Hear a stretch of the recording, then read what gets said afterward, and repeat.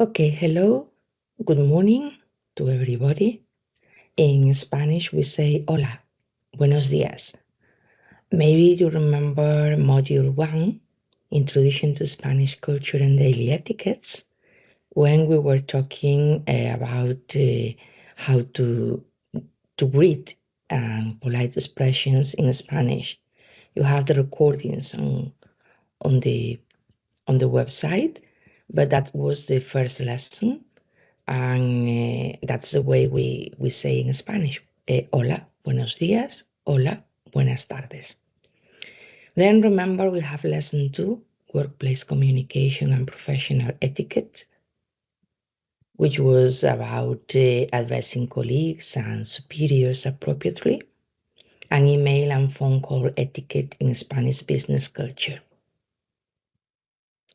Then lesson 3 or module 3 about social interactions and small talk, how to start and maintain a small talk, discussing weather, hobbies, and general topics, cultural nuances in social interactions.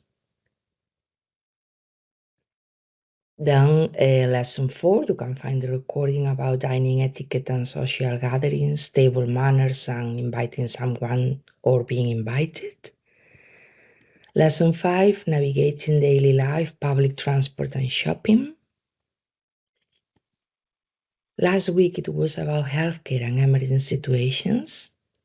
And today we are going to talk about cultural sensitivities and taboos, which is module 7, lesson 7 on your left. So what we are going to talk about is topics to avoid in conversation in Spanish and understanding body language and personal space norms. By the way, my name is Patricia. I am Spanish, a teacher of Spanish language.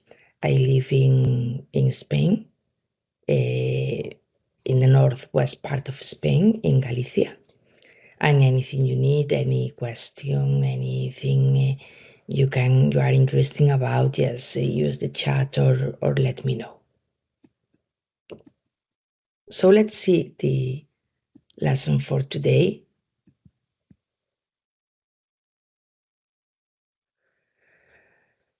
Which is about cultural sensitivities and taboos. I'm sharing the screen now, so you can see that different cultures have different cultural sensitivities, and we are going to see the ones in Spain. So when talking about facts about cultural sensitivities, the first thing we can refer to is punctuality. As we saw in the other lessons, punctuality is not so strict in Spain as in, for example, Anglo-Saxon cultures. English, Germans, or Danish are much more punctual than we are. Punctuality is more relaxed in many Spanish-speaking cultures. Maybe more in South America, Peru, Argentina, but in Spain, we are also a little bit relaxed, and it's polite to notify if you will be late. Every time we follow more the tips in Europe, and in Spain, every time we are more and more punctual, and it's very polite to notify if you will be late, especially now using smartphones or a messenger or instant messages. It's easy to say the other person that you are going to be a little bit late. And then using formal language like usted is important when speaking to strangers, elders, or professional settings. I'm sure you know that in Spain we use tú, the pronoun tú, to address a friend. Tú eres, mi amigo, tú eres. But when you speak to a stranger, an elder, or professional settings, instead of tú, we use usted. Both of them in English are you, but in Spanish we say tú or usted. Usted is more important when speaking to people you don't know, you are not familiar with. The first time you meet anyone, you say, ¿qué tal está usted? Esto para usted. It's much more polite than tú. Tú is for friends, for people you already know. ¿Cómo estás tú? Esto es para ti. So remember, we differentiate between usted and tú. Yeah, we can use tú. Tú or usted, both of them mean you, but remember, this is much more polite. So remember, punctuality, relax. You need to notify if you'll be late, and formal language like usted. When talking about general guidelines, well, punctuality varies. Being slightly late in Spain from 5 to 15 minutes is acceptable, especially for social gatherings. Not more than that, but we never are in advance like any other cultures. If you have a social gathering in 8 o'clock, it's okay to arrive 5 past 8 or 10 past 8, not more. But a little bit being slightly late is okay. It's socially acceptable. But you need to read properly. In Spain, as we saw in lesson number 2, we use a handshake in formal settings. Handshake or usted, remember the pronoun we have seen. But when you already know the person, we have 2 cheek kisses for informal situations. So remember, any other cultures use 1 or 3 cheek kisses. In Spain, 2 cheek kisses is okay. For us in Spain, there is a third point about dressing, which is special important. Dress neatly and appropriately. We in Spain, Spanish, we value appearance, especially to have proper dress for each situation. So we love to dress smartly, especially when dining out or attending events. Well, to have the appropriate shoes or dress code for every situation is something we really value in Spanish society. So it's okay to wear jeans when you are going to meet friends, but if you have a social gathering, try to use a suit for men or a black little dress for a lady, for a woman. And something we think it's really important is to respect meal times. Meal times is part of culture. So you can see here culture is much more than language. It's rituals, is values, is practices. So meal times are important for us. And every time, because we receive, as you know, lots of tourists, we can see people having lunch, attending lunch at the time, which is not the Spanish one, and we don't like that. We don't like people having dinner at 6 o'clock. That's not typical in Spain. Lunch is typical from 2 to 4. We saw that in lesson number 3. And dinner from 9 to 11, which is quite late for any other cultures, but that's the way we do it. So usually we have seen this in lesson number 3, I think, that in Spain we start the day at 9 o'clock, more or less, which is too late for any other people. We work from 9 to 2, then we have a break, 2 hours break, 2 to 4 for lunch. If we have time, we go home in small cities, small towns. If not, we meet friends in a fast food restaurant to have something, or a business meeting is okay from 2 to 4, and it's the main meal of the day. It's a strong meal.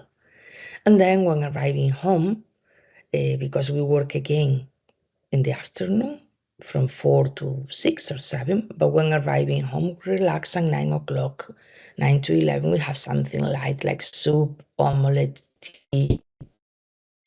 that's for us, which is not so much.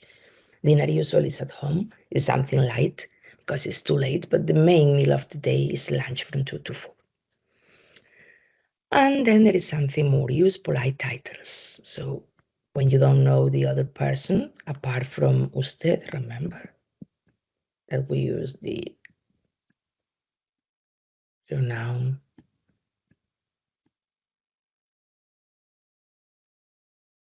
usted. We can use señor or señora instead of using María, Pedro, Juan. Say señor, señora. But if you are familiar, you can say María, puedes venir aquí. Juan, buenos días. Pedro. When we don't use, instead of use the name, María, Pedro, Juan, we use señor or señora, which mean sir and madam. It's the same as in any other cultures. Remember that culture is really a mixture of things. Culture is not only language or communication, but courtesies like señor or señora, rituals, like for example, waving appropriately or having lunch in a correct time, rules, customs, relationship, practices, thoughts, expected behaviors, manners of interacting. Culture is everything. So in culture, we have some taboo topics in Spain, as in any other cultures. The main ones, you can find them here on the left.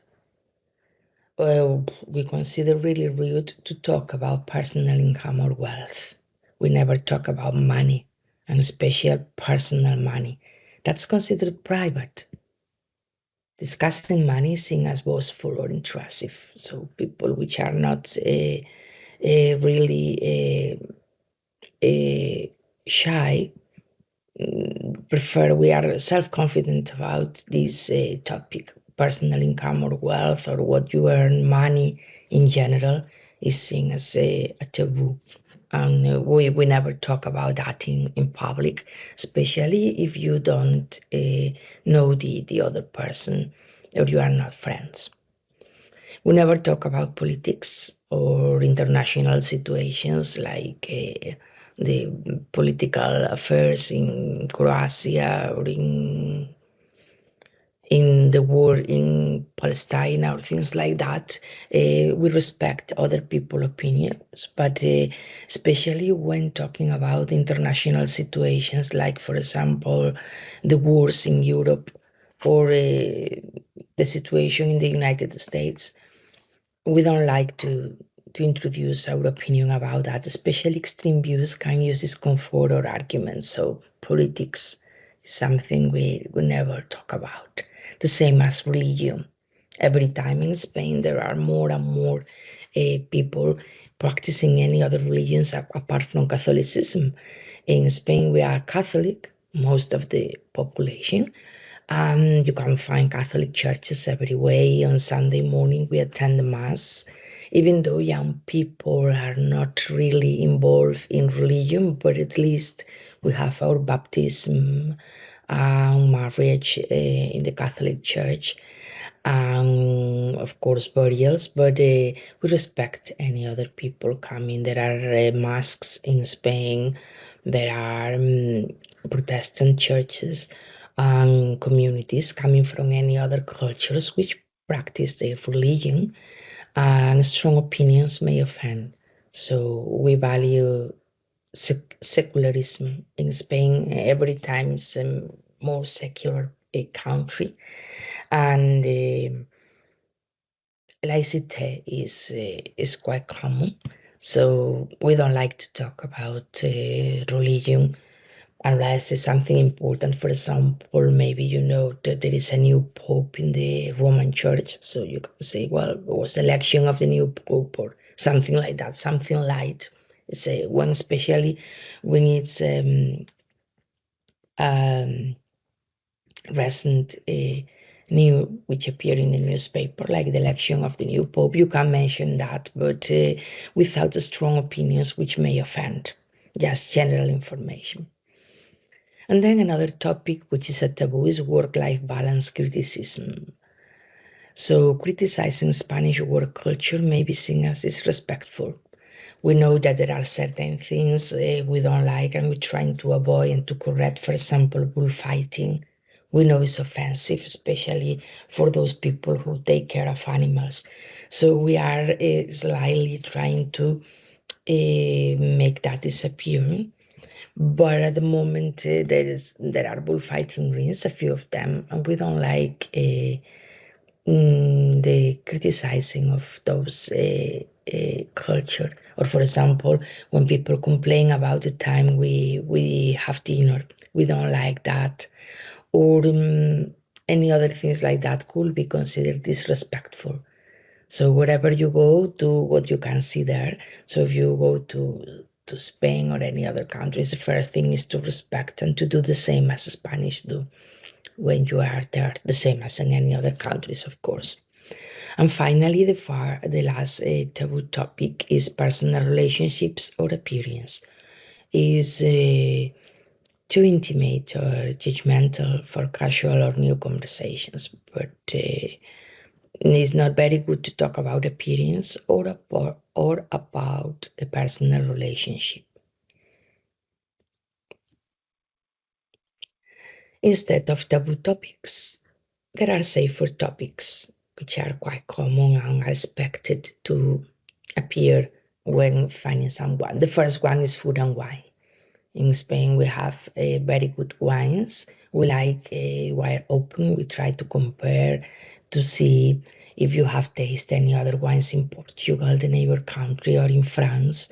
We like to compare food or to see if this is better or different cooked than in any other countries. If food is good, if products are good quality, the way we cook that. So we love talking about food and wine.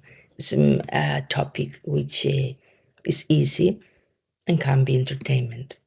We also love to talk about travel and holidays. So if you have recently visited any other country or any parts of Spain, you know Spain is divided into 17 different regions. We call them autonomías. I live in the northwest part, and the name of my region is Galicia. So the north of Spain is really different from the south. And apart from those regions, there are islands. We have the Balearic Islands, which is another region, or the Canary Islands. So talking about traveling across Spain or even to Europe is a good topic to see if you have seen any interesting monuments or culture is really different in the south of Spain, in Andalusia, which had more influence from the Arabic time than the north. So to compare, to talk about that is a good, safer topic. The third safer topic will be art, cinema, and books. If you have recently read anything or any Nobel Prize, any literature prize about a recent movie, we love the Oscars. The ceremony of the Oscars in America is a quite common topic when meeting someone. We have similar ceremonies in Spain. We call them Goyas, similar to the Oscars in Hollywood, but just for Spain. Or if you like to talk about art in Spain, there are so many museums. So you can talk about paintings or sculptures or anything you have seen in any other part of the world you can compare. And then we have cultural events or history, which are also safer topics. For example, the history of a certain part of the world or any cultural event, like for example, cinema prices in any other parts, like for example in Venezia, in Italy, or in France is a good topic if you like this actor or this actress or the topic of a movie. And then local experiences. So those 5 are good topics to start a conversation. Remember, food and wine, travel and holidays, art, cinema, and books, cultural events or history, and local experiences. So in the picture you see the main monument in France, the Eiffel Tower, and you can talk also about 10 monuments in Spain, similar to the Eiffel Tower. Body language in Spanish culture is really important. We gesture, for sure we gesture. Some, you know that some gestures are quite international, and any other ones are the same, to say, okay, we have thumbs up, the same as in any other cultures. But there are any other which are different from cultures. For example, in Spain, we say twice with two fingers. That's not, it's rude in United Kingdom. So be careful with gestures. Sometimes they are international ones, but sometimes they differ in different cultures.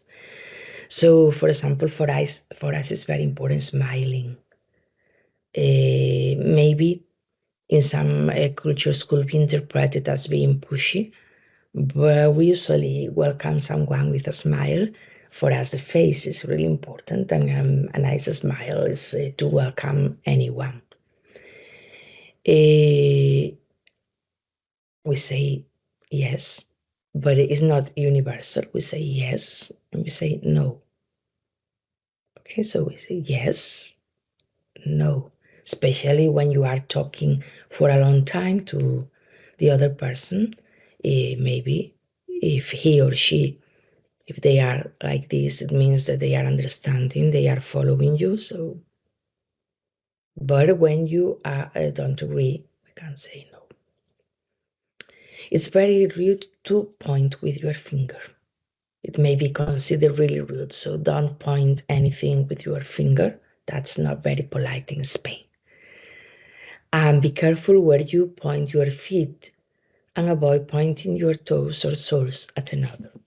So feet position is also very important. And don't do the okay sign. The gesture means different things in other cultures. In Spain, we say okay, but remember, it's not an international one, the same as nodding. It means different things in different cultures. So remember, we have smiling to welcome something. We have accepting or saying no. We never point. We have very careful with a feet position. And even though in Spain we use okay, it's not the same in different cultures, so be careful with those not universal gestures.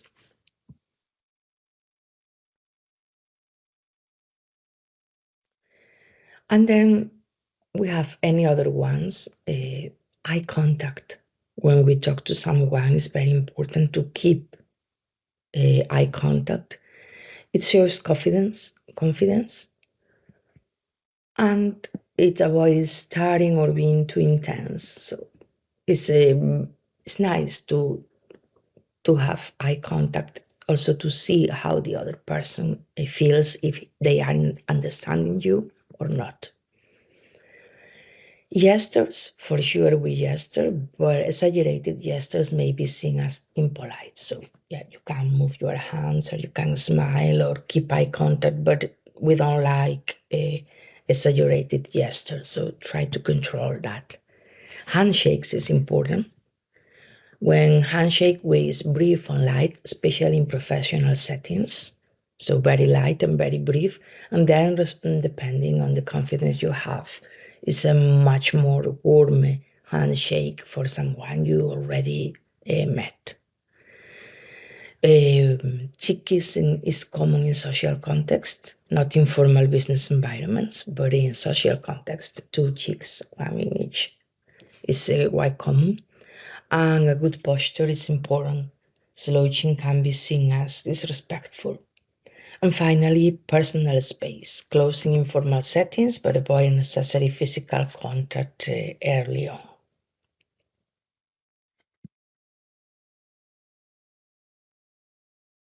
So personal space, well, you see the picture.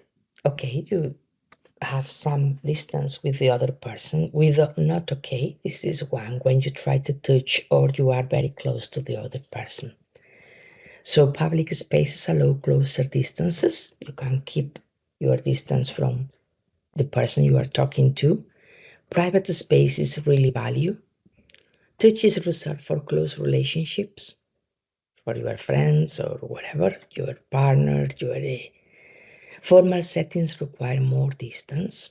And observe and adapt. So if you have a look around you, you can see that people try to maintain a certain distance, and private space is valued in Spanish culture. And the common misunderstandings, well, the same as in any other culture, we have what we call false friends. What are false friends? Those words which are common misunderstandings. Maybe they are similar to any other thing. For example, pain in English and pain in French, but they don't mean the same, so they are false. Pain in English is when you have an age, and pain in French is bread. Gift and gift, that's in German.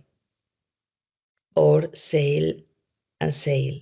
Sale in English is when you try to sell something. Sale in French means different. The same for glass. Glass in Swedish or glass in Danish. So false friends are those words which are similar to any other one, but they don't mean what at first sight seems to be. So we cannot mistake formality for coldness. Formality is something. You need to try formal to be correct. But coldness is any other thing. In Spain, we are warm. We try to give you a warm, welcoming, smiling. We are friendly. Nothing to do with coldness, but try to keep formality. It's a common misunderstanding to be too familiar too soon. In Spain, we have a warm welcoming, but you cannot be familiar too soon. It doesn't mean that we are going to be friends. It just means that we need to be formal and friendly. Overusing gestures or touch is not very good. Expecting quick small talk is not very common. And we can never ignore subtle social cues. That's very important in Spain.